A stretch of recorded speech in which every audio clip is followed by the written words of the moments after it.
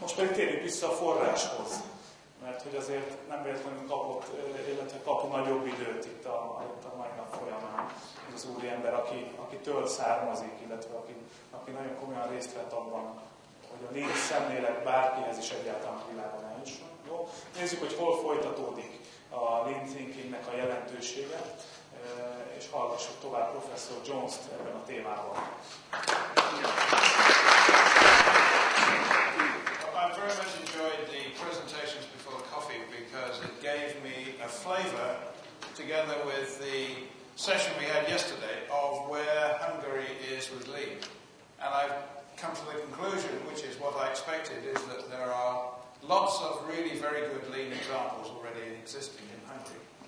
There are lots, I'm sure, of companies that still haven't started with lean. But that's a major step forward because, as one of the other speakers said, most lean learning is done through experience.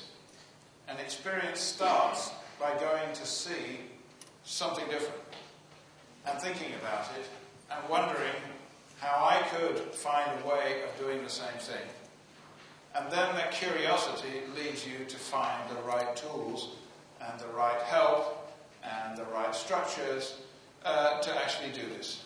And one word of warning that I've learned over the many years of studying lean, one word of warning is that this is actually quite infectious. I'm not sure about doing lean at home. There are different schools of thought, so I would advise caution in engaging your spouse in doing lean. If she's not, he or she is not being infected with lean.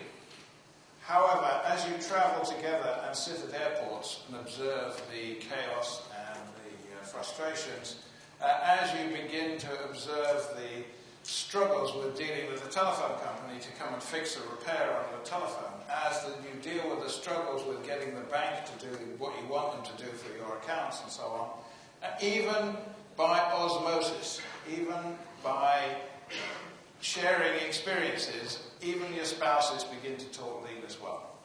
So this, I think of lean as an infection, as a benign infection for which there is no antidote.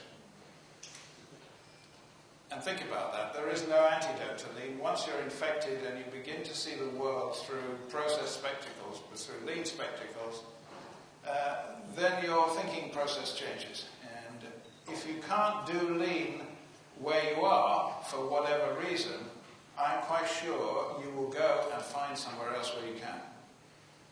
Because the power of seeing what you could achieve is very infectious and very powerful and actually drives this.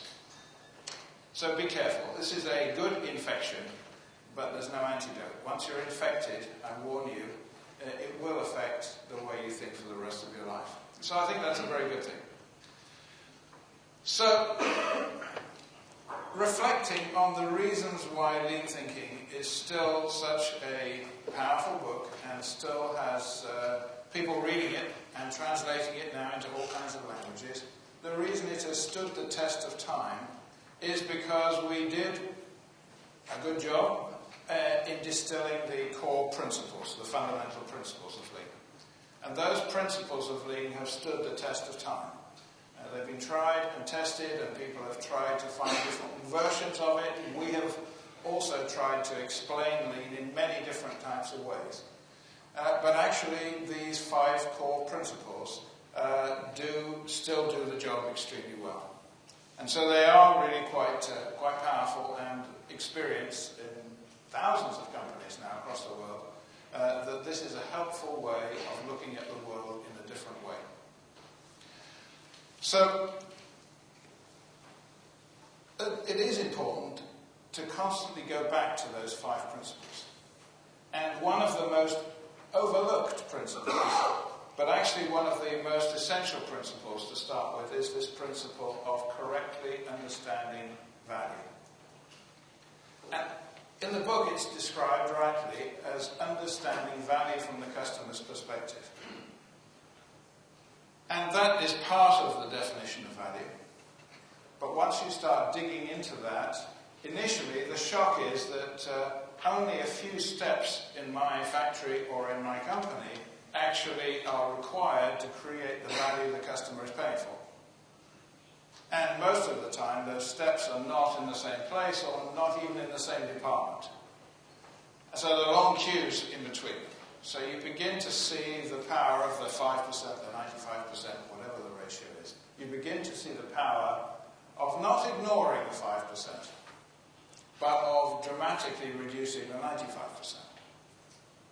So that is enormously powerful. I'll come back to the 5% later, because actually the first phase of Lean is learning to see how you can better organize the production and delivery of your currently designed products using your currently designed equipment in your current locations.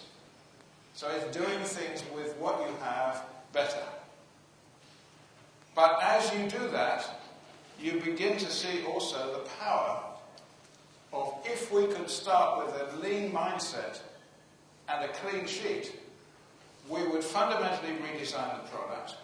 We fundamentally redesign how we got to market with that product. We would probably make it in different equipment.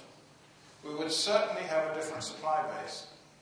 And we'd probably locate that supply base much more closely together. Either in a low-cost location or closer to customers. But the value stream would be enormously compressed, and the tools simplified, and the planning system simplified, and so on. So the real power of Lean is redesigning what we do fundamentally with the next generation of product, process, supply chain, customer distribution, and so on and so forth. So the first phase of Lean is really learning Lean and making improvements to what we have. The next phase, which is really the strategic phase, is what can we really do with Lean as we gradually realize its potential. Now, value, of course, from the customer's perspective, let's just stick with the customer for a moment. From the customer's perspective is actually quite a slippery concept. It's not just the 5% of steps that create the product. Value actually is how the customer, is the capabilities your product gives to the customer to solve their problem. So what are the capabilities? The customer is typically not buying your product because of the product, it's buying the product to use something, to use the product to solve a problem or a service. Typically a product, some service, and some knowledge.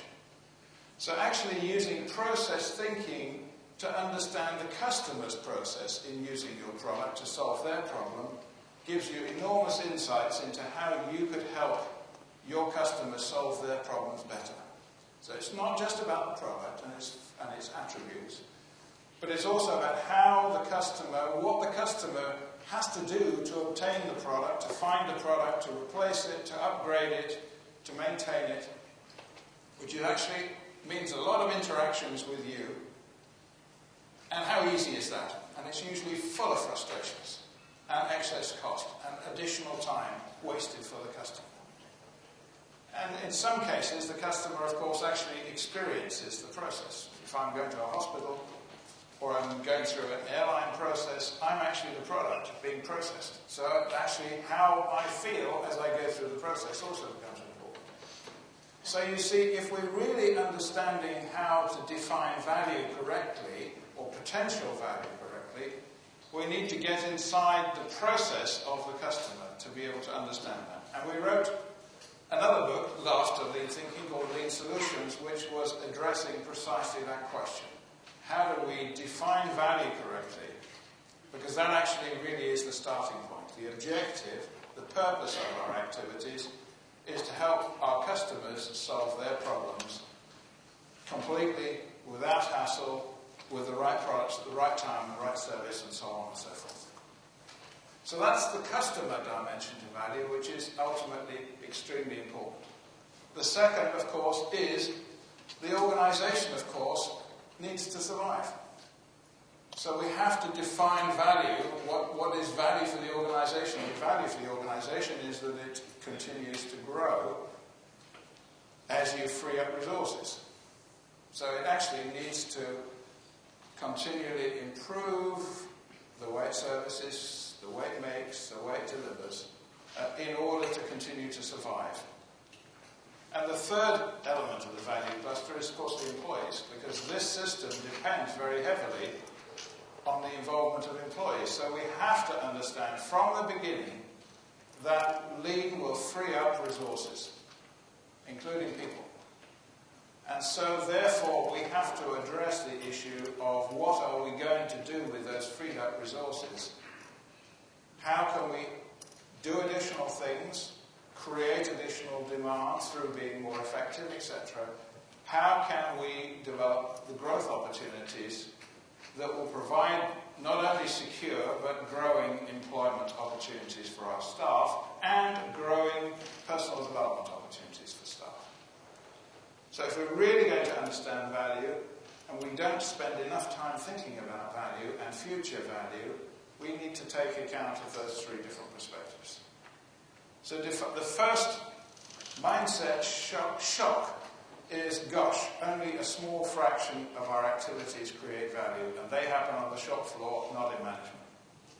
That's a very good initial shock. But if we're really going to think about what is value in the future, we have to think much more throughout the process towards the customer. So that's the first principle. The second principle is the one that most people have jumped to. Now we have a tool for understanding the sequence of steps that creates the value in our factory. And that's largely where people have taken action. How can I reduce the 30 days that it normally takes my products to travel through the factory to 4 or 5 days, or maybe 2 or 3 days? How do I do that? How do I see all the steps? How do I see what the unnecessary steps are? How do I redesign the process to eliminate those, and so on? That's the most widely understood aspect of lean. Very powerful, and seeing it in terms of time is absolutely critical. Again, one of the presentations earlier mentioned the fact that Toyota doesn't start all these calculations based on cost. They are very cost conscious. But they recognize that good results come from a good process. And a good process starts by every step being performed consistently, accurately, on time. So it's actually about quality to start with. If you focus on getting the quality of every step right, then focus on the delivery of every step, the on time. By doing those two things, we can start removing all the buffers and wastes and queues and delays in between, and we can create a situation in which the product can literally flow from workstation to workstation to workstation. And that's what we're trying to do. That's what we're trying to do. We're trying to create a flow that, in the end, has almost no non-value-adding activities in the process at all. But, of course, to flow means that lots of other things have to happen to enable that flow to happen. So it's not just the operators, it's all of the support activities, maintenance, engineering, procurement, even HR and finance and so on. All of those processes have to happen to enable the core value stream to flow. So focusing on door-to-door value stream is where we started. But actually the customer is paying for the entire process, going right back to your raw materials, going right through all of your suppliers and through your distributors out to retail and out to the customer. So actually our focus eventually, quite soon, needs to be on that whole value stream. And very few people have focused on the whole value stream, saying that's not my department, they're even different companies. But the companies that have seen staggering benefits. And I'll talk about one at the moment.